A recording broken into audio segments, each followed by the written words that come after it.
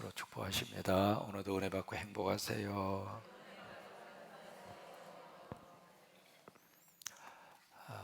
오늘 성경에 보시면은 이제 예레미야 8장부터 이 말씀이 9장까지 쭉 이렇게 연결이 됩니다. 그래서 8장 1절에 보시면은 이제 말씀의 시작이 그렇게 시작합니다. 여호와의 말씀이니라, 그렇게 시작을 하잖아요. 그러면서 8장 18절에 가서 보시면은 첫 단어가 슬프다 나의 근심이여, 그렇게 말씀을 시작을 합니다. 그러니까 8장 18절 말씀의 그 문맥이 9장까지 그대로 이렇게 지금 이어지고 있는 것인데, 누구의 슬픔이냐면 에레미야의 슬픔이기도 하지만, 그 에레미야의 슬픔은 곧 누구 슬픔이냐면 하나님의 슬픔입니다. 그러면서 이제 슬프다, 그렇게 탄식하는 말씀으로 이 말씀이 이어지고 있는 거죠. 그러면서 나의 근심이여, 그러니까 하나님의 마음과 하나님의 심정이 누구를 통해서 지금 전달이 되고 있느냐면 하나님의 사람 에레미야를 통해서 전달되는 거예요. 근데 지금 백성들은 에레미야의 슬픔과 눈물만 볼 뿐이지, 에레미야 속에서 역사하고 있는 하나님의 거룩한, 우리식으로 말하면 성령의 거룩한 역사의 현실과 그 실제를 지금 모르고 있는 거예요. 그러다 보니까 에레미야의 그 말에 대해서 별로 그렇게 반응이 없습니다. 사람이 하나님의 말씀을 하나님의 말씀으로 내 속에 다가와서 거기에 대해서 믿음의 반응을 보일 수 있으면 영성이 살아있는 겁니다. 아무리 하나님의 말씀이 전해 온다 하더라도 그 말씀이 내 귀에 별로 들려오지가 않을 때가 있거든요. 그리고 그 말씀이 하나님의 말씀으로 내 속에 부딪히지 않을 때가 있습니다. 그럴 때에는 그 말씀이 나하고는 아무 상관이 없습니다. 이제 그런 현실과 그런 그 실제적인 모습이 바로 그 당시 에레미야의 선지 활동이 이루어졌을 그때에도 똑같이 지금 이루어지고 있는 거예요. 그래서 하도 안타까우니까 첫째는 에레미야 본인 스스로가 울어요. 그래도 사람들이 별로 반응이 없으니까 오늘 17절 이하의 말씀은 뭐가 나오느냐면, 야, 그러면 곡하는 여자 데리고 와. 곡하는 여자는 지금으로 말하면 곡쟁이입니다. 울음꾼이에요. 이게 이제 유대인들의 어떤 장례식에서 나오는 문화 중에 하나인데, 유대인에서는 이제 장례식을 치를 때 두 가지 사람을 이렇게 부르게 되어져 있습니다. 첫째는 피리 부는 사람, 두 번째는 곡하는 사람이에요. 이 피리 부는 사람은 이 분위기를 잡아가는 거죠. 여러분, 피리가 쭉 이렇게 불어주면 그 애간장이 끓잖아요. 그러니까 그런 모습으로 해서 그 장례식의 분위기에서 이 울음이 터질 수 있도록 이제 그런 어떤 분위기를 만들어가는 사람이 피리 부는 사람이고, 그 다음에 이제 여기 곡하는 사람 울음꾼인데, 울음꾼은 거기에 와서 그냥 큰 소리, 이제 그것은 이제 우리의 장례식 문화하고 조금 비슷하잖아요. 지금은 좀 덜합니다만은 과거 여러분 기억나시잖아요. 누가 돌아가시면 이렇게 가만히 있다가도, 상주가 가만히 있다가도 저쪽에서 누가 오면 금방 일어나서 아이고 아이고 그러잖아요. 시어머니가 돌아가셨는데 며느리가 안 울면 갔다가 막 쿡쿡 찌릅니다. 침을 발라서 눈물이라도 흘리는 척을 하라고. 이제 장례식에서 울어주는 것이 하나의 전통이었고 문화였다 이 말이에요. 그리고 그것은 곡소리가 크면 클수록 돌아가신 분에 대한 살아있는 자의 애이다, 그렇게 이제 생각을 했고, 또 하나 돌아가신 분의 지휘를 칭송하는 의미가 그 곡소리, 울음소리에 담겨져 있습니다. 이제 그것이 이제 유대 하나의 문화인데, 오늘 여기서 말씀하시는 이 내용은 곡하는 여자를 데려가라, 무슨 얘기냐면 지금 죽어가고 있는데, 지금 멸망해 가고 있는데 그걸 전혀 지금 인식을 못하고 있어요. 그래서 차라리 데려다가 울어. 지금 현실이 어떤 현실인지를 정확하게 그들이 알 수 있도록 울어. 그리고 또 하나, 여기 이제 20절에 보시면은 그들 각기 모든 사람들에게 슬픈 노래를 가르쳐라. 왜 가르치라고 그랬을까? 이게 얼마 있지 않아서 하나님의 말씀대로 이스라엘이 망하게 될 것이고, 그 나라로 끌려가서 무려 70년 70년 동안 여러분 왜 70이라고 하는 이 숫자를 계속 성경에서 강조하고 있을까? 이유가 있습니다. 왜 70년 동안 아수르 바벨론에 의해서 포로 생활을 보내도록 그렇게 말씀을 하실까? 왜 70이라고 하는 숫자가 나왔을까? 이게 굉장히 중요한 숫자거든요. 왜냐하면 여러분 시딤을 출발을 해서 여호수아를 중심으로 해서 요단강을 건너가잖아요. 요단강 건너는 순간 약속의 땅에 갔어요. 약속의 땅에 딱 들어가는 순간에는 하나님의 말씀이 기준입니다. 어떤 정치인의 기준이 아니고 어떤 사람의 기준이 아니고 거기에는 분명히 하나님의 말씀이 기준입니다. 하나님의 말씀 가운데 뭐가 있느냐면 안식일을 지켜라, 안식년을 지켜라, 그 다음에 희년을 지켜라. 하나님의 말씀입니다. 근데 그 말씀을 요단강을 딱 건너서 가나안 땅에 들어가는 순간부터 이스라엘 백성들이 지키기도 하고 안 지키기도 합니다. 그런데 그 여호수아를 통해서 요단강 건너는 시기로부터 시작을 해서 지금 요시야 13년 지금 이 시기에 예레미야가 말씀을 선포하고 있는데 그때까지 쭉 계산을 해보니까 안식일을 안 지키고 안식년을 안 지키고 희년을 안 지킨 숫자를 합치니까 70년입니다. 그래서 하나님의 나를 너희들이 지키지 않았기에 그 70년 동안 너희들은 바로 바벨론과 그리고 아수르 그쪽으로 가서 포로의 생활을 할 수밖에 없다. 여러분 우리가 하나님 앞에 드리지 않으면 마귀에게 사탄에게 뺏기는 거예요. 그러니까 안 지키면 없어지는 것이 아니라 하나님이 찾으셔요. 찾으시는데 그것이 이스라엘 백성들의 입장으로서는 70년 포로 생활로 하나님이 찾으신단 말이에요. 그래서 70을 채워야 그래야 그 죄로부터 다 벗어나게 되는 거예요. 그리고 나서 70년 채운 다음에 하나님이 그들을 바로 이스라엘 유대 땅으로 다시 하나님이 보내신다. 그래서 70이라고 하는 숫자예요. 이것을 예레미야가 그 하나님의 말씀을 통해서 반드시 하나님이 너희들의 걸 찾게 될 것이다. 그리고 너희들은 70년 동안 가서 포로의 생활을 할 수밖에 없을 것이다. 그러니 그것을 그들에게 가르쳐주고 그들에게 말씀을 통해서 미리 예언적으로 해주는데도 불구하고 전혀 움직이질 않는 거예요. 결국 그래서 이제 곡하는 여자를 불러오고 그리고 그들에게 슬픈 노래를 가르치고 그런 식으로 17절 이하의 말씀에 쭉 기록이 그렇게 되어져 있습니다. 성경에 보시면 아이들이 우는 것하고요 어른들이 우는 것하고 좀 다릅니다. 여러분 애들이 울면 귀여워요? 아니면 조금 신경질 나요? 애들이 울면 그런 대로 봐줄만 합니다. 근데 어른이 막 대성통곡하고 아이고 아이고 아이고 그러면서 막 그러고 운다고 생각을 해보세요. 여러분 어떨 것 같아요? 창세기 45장에 보시면은 요셉이 그렇게 웁니다. 꿈에도 그리던 자기의 핏줄 베냐민을 만났습니다.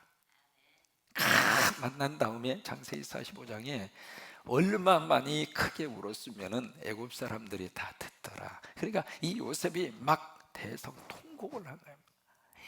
아이고 아이고 그렇게 했는지 아니면 어떻게 했는지는 몰라도 이 사람이 대성통곡하면 소리도 나오게 돼 있습니다. 여러분 아무 소리 없이 그냥 대성통곡할 수가 없잖아요. 그렇게 요셉이 울어요. 그런데 그 요셉의 눈물이 수십 년 동안 얽혀져 있었던 형제들과의 관계와 갈등과 그 모든 원한과 분노가 녹아내린 거예요. 만약에 그때 요셉이 울지 않았더라면 요셉은 형제들에게 과연 그렇게 사랑으로 포용하고 받아줬을까? 때로는 하나님께서 우리에게 은혜를 주셔서 그래서 눈물샘을 터뜨리는 거예요. 그 울어야 여기에 쌓여져 있는 그 한스러운 감정이 카타르시스에서 녹아나는 거란 말이에요. 그래야 이해하고 그래야 받아줄 수 있기 때문에 여러분 그래서 이 눈물이 우리들이 있어서는 참 하나님이 주시는 은혜의 선물 가운데 하나가 눈물입니다.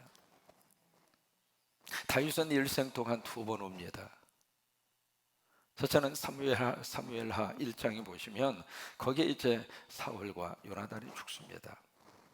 그 죽음에 대한 소식을 듣고 나서 이 다윗이 막 우는데, 우는 것으로 그치지 않고 사무엘하 1장에 보시면 애가를 지어서 바칩니다. 무슨 얘기냐면 애가라고 하는 것은 애간장이 끓는 노래입니다.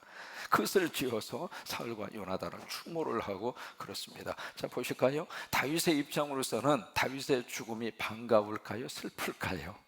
솔직히 우리들이 한번 들여다보면 1번일까요? 2번일까요?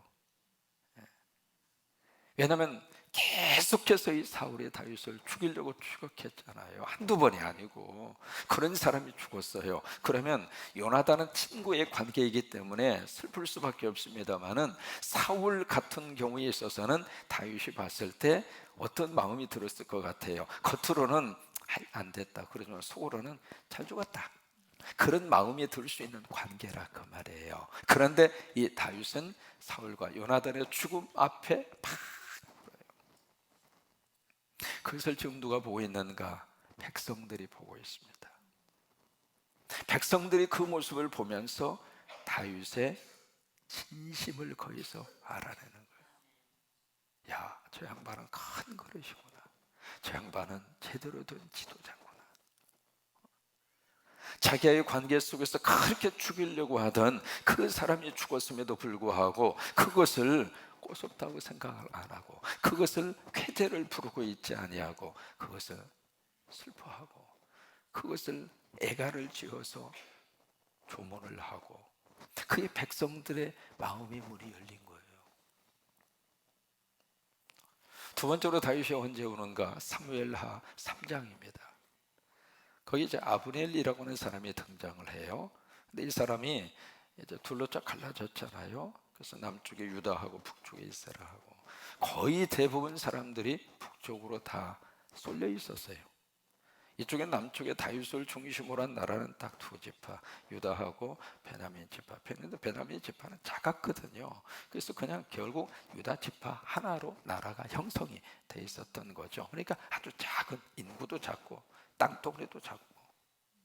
근데 이쪽에 북쪽 이스라엘을 실질적으로 통치하던 사람이 누구냐면, 물론 이스보셋이라고 하는 사울의 아들이었습니다만은 실질적인 권한은 아브넬이라고 하는 사람이 가지고 있었어요. 근데 이 사람이 7년 6개월 동안 실질적으로 북쪽을 통치하고 있었단 말이에요. 근데 이 사람이 다윗을 만나기 위해서 옵니다. 뭐냐면 서로 평화 협정을 맺기 위한 그런 저기로 온 거예요. 왔는데 지금으로 말하면 남북한의 최고의 지도자들이 평화협정을 위해서 만난 거나 마찬가지라 그 말이에요. 그때 그 순간에 요압이라고 하는 이쪽에 남쪽 유다의 다윗의 휘하에 장군이 있었는데, 그 요압이 이 아브넬을 살짝 만나자고 슬쩍 이렇게 데려가더니 그냥 그 자리에서 찔러서 죽여버린 거예요. 그 죽인 이유는 요압의 동생 아사헬이라고 하는 동생이 있었는데, 그 동생을 이 아브넬이 죽였어요. 죽였는데 그것에 대한 원한이 형 요압에게 남아 있었던 거죠. 때는 있다다 그래서 죽여버린 거예요. 근데 지금 그 일이 어떤 식으로 비화될 수가 있느냐면, 이게 지금 서로 피를 흘리지 않고 평화의 협정으로 남북한이 하나가 될 수 있는 좋은 기회였었는데, 그 순간에 이 요압이라고 하는 사람이 초를 친 거예요. 예를 들면 남북한의 고위급이 모여서 결정적인 순간에 사인하려고 그러는데, 이쪽에 어느 한 사람이 가서 그 자리에서 총을 쏴서 죽여버렸다 이 말이에요. 그러니까 지금 이게 완전히 이 불에다 기름을 끼얹는 그런 사건이 터지고 말았는데, 그 사건 앞에 다윗이 어떤 반응을 보이는가? 그 아브넬을 위해서 막 말 그대로 대성통곡하고 그래요. 아브넬아, 아브넬아, 그대가 어찌하여 이런 식으로 죽어간단 말이냐. 뭐 그러면서 막 이 다윗이 막 우는데, 사람이 말이죠, 거짓 울음과 진짜 울음은 다릅니다. 진심에서 나오는 눈물은 진심으로 통합니다. 이 사람이 말도 똑같아요. 입에서 나오는 말은 입까지만 가요. 가슴에서 나오는 말은 가슴까지 가요. 그런 것처럼 울음도 달라요. 그러니까 그 다윗의 울음이 거기에 있는 그 이스라엘이나 이쪽에 남쪽이나 그 진심이 통한 거예요. 저 사람이 죽인 게 아니구나. 저 사람은 죽이고 싶은 마음이 있었던 게 아니구나. 결국 그렇게 해서 7년 6개월 실질적으로 통치를 하던 아브넬이 죽은 다음에 결국 그것이 하나의 계기가 돼서 남북한이 통일이 된 거예요. 그래서 여러분, 우리 속에 성령님이 역사를 하셔서 때로는 그 눈물이, 그 울음이 장벽을 허물어뜨리고 가슴 속에 남아있는 이 고통과 아픔을 다 씻어주시고, 이 예레미야의 눈물도 마찬가지고 오늘 곡하는 여자를 데리고 와서 울어라. 울 수밖에 없는 현실이 그대들 앞에 닥칠 것이다. 울어라. 그러면서 23절 말씀에 하나님이 이런 말씀을 하십니다. 뭐냐면 자랑하지 말아라. 그래서 세 가지를 이야기합니다. 지혜를 자랑하지 말고, 용맹을 자랑하지 말고, 부함을 자랑하지 말아라. 왜 이 세 가지를 자랑하지 말라고 하셨는가? 이미 나라가 끝장날 터인데, 망할 터인데 그 앞에서 이것 자랑해봤자 무슨 의미가 있느냐 이 말이에요. 근데 24절에 보시면 또 다른 말씀을 하십니다. 이것을 자랑해라. 뭘 자랑하는가? 명철하여 하나님을 알고 그 하나님을 사랑하고 그 하나님이 어떤 분인가 라고 하는 것을 깨달은 것을 자랑해라. 그러니까 자 보실까요? 세 가지 부류에 있어서는 어떤 일이 있어도 자랑하지 말아라. 그 자랑해봤자 별 볼 일이 없다. 그런데 정반대로 여기서 하나님을 아는 것, 다시 말해서 하나님 자랑하라 그 말이에요. 내가 받은 은혜를 자랑하고 내 안에 역사하신 성령님을 자랑하고 그것은 자랑하라 그 말이에요. 여러분, 잘못 자랑하면 그 자랑의 뒤끝이 결과가 안 좋습니다. 그 대표적인 케이스가 히스기야입니다. 15년 생명 연장 받았잖아요. 근데 그 소문이 났어요. 소문이 났는데 그 소문을 저쪽에 바벨론에 그 친흥체고 그 왕이 들은 거예요. 그래서 히스기야가 병들었다 나서서 그래? 그럼 이 틈을 이용을 해서 거기다가 특수 사절단을 보냅니다. 겉모습은 축하 사절단이죠. 그런데 그들의 속셈은 달랐어요. 근데 그 꼼꼼히 소문을 가지고 온 축하 사절단에게 히스기야는 완전히 오버합니다. 오버를 해서 내가 이렇게 병들었는데 기도하니까 하나님이 나 치료하셨다고, 내가 믿는 하나님은 그런 분이라고, 그 하나님을 꼭 당신도 믿었으면 좋겠다고 그렇게 전도하면 됐잖아요. 근데 그런 이야기는 한마디도 안 하고 히스기야가 그 축하 사절단을 딱 데려와서 그래, 내가 이 정도는 되지. 그냥 그래. 뭐예요? 바벨론에서 축하 사절단을, 그래 내가 이 정도는 돼. 백악관에서 나에게 전화를 해, 내가 이 정도는 되지.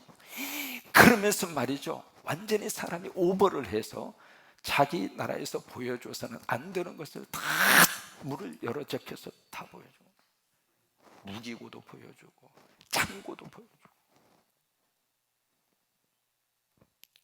사절단에 떠난 다음에 하나님이 히스기야에게 이야기합니다. 네가 보여준 그것이 결국 그 나라로 옮겨지게 될 것이다. 그 순간에 히스기야는 정말 자랑할 수 있는 분은 하나님이시잖아요. 자기를 살려주고 자기의 생명을 연장해주고 자기를 그렇게 해준 그 하나님은 하나도 자랑을 안 하고 자기 폼 잡고 자기 의시되고 나 이런 사람이라고, 적어도 나는 바벨론 제국에서 그 사절단을 보낼 정도 나 이런 사람이라고 그런 식으로 과시하고 그런 식으로 자랑하다가 결국 거들나 버리고 만 겁니다.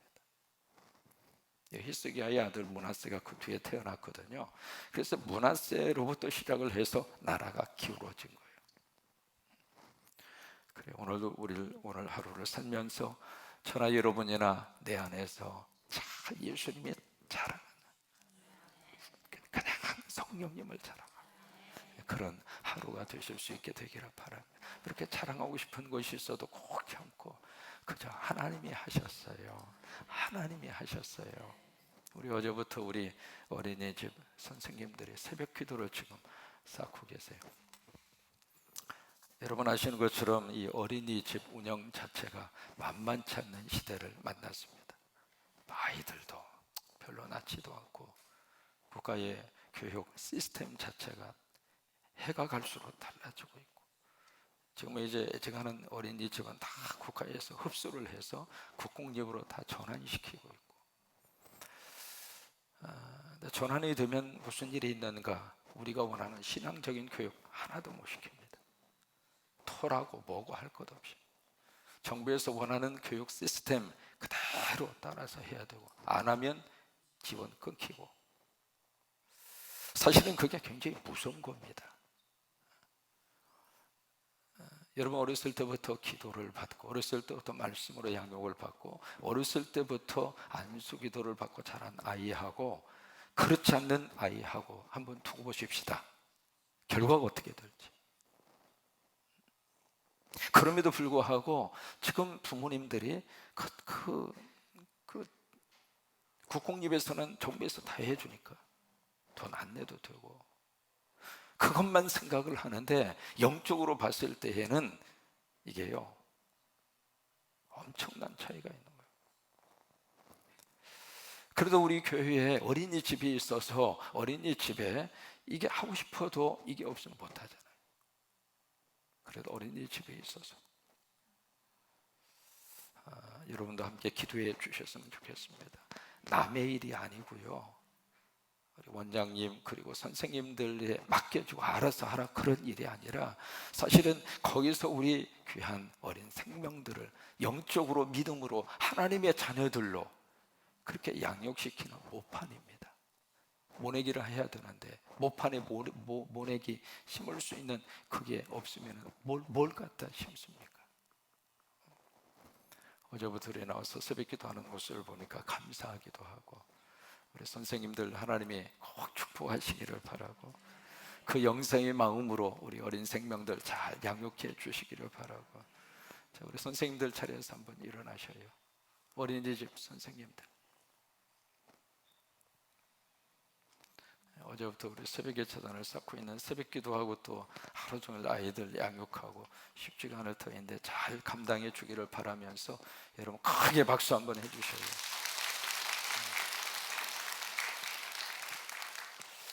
그래서 항상 우리가 우리 안에 역사하시는 하나님을 자랑하고 성령님을 자랑하고, 또 하나, 여러분 주변에 손주, 여러분들의 자녀 어린이집으로 꼭 맡기세요. 내가 얼마 몇만 원 아낀다, 아끼는 게 아닙니다. 여기 와야 하나님의 복을 받고, 여기 와야 토라로 교육을 받고, 여기 와야 말씀으로 그리고 영성으로 아이들을 터치하면서 자라나도록 해줍니다. 시카고 대학의 유명한, 전 세계적으로 유명한 경제학 노벨 경제학상을 받은 포겔이라고 하는 교수, 로버트 포겔이라고 하는 경제학 교수가 있습니다. 경제학 교수가 무슨 말을 했느냐면, 앞으로 세상은 영성이 자본이 되는 시대가 될 것이다. 여러분, 영성이 뭐예요? 하나님의 말씀과 그리고 성령의 역사와 그리고 기도와 그게 영성입니다. 그게 자본이 되는 시대라 이 말이에요. 그러니까 주변에 어린아이들, 손주들 있으면 무조건, 야 이놈아, 성광기 어린이집으로 보내 이놈아, 거기 가야 복 받는다. 그러면서 많이 보내셔서 우리가 어린이집을 사랑하고 우리가 어린이집을 잘 키워서 정말 우리 성광교회의 미래를 보면서 그렇게 세워져 갈 수 있는 이 교회로 하나님이 쓰시게 되기를 바랍니다.